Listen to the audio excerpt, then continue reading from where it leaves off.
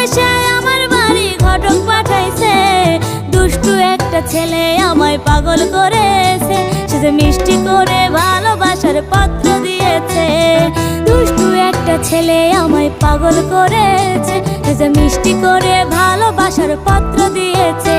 সে যে মোবাইল ফোনে মেসেজ দিয়া ভাব জমাই আছে, আরে মোবাইল ফোনে মেসেজ দিয়া ভাব জমাই আছে। দুষ্টু একটা ছেলে আমায় পাগল করেছে।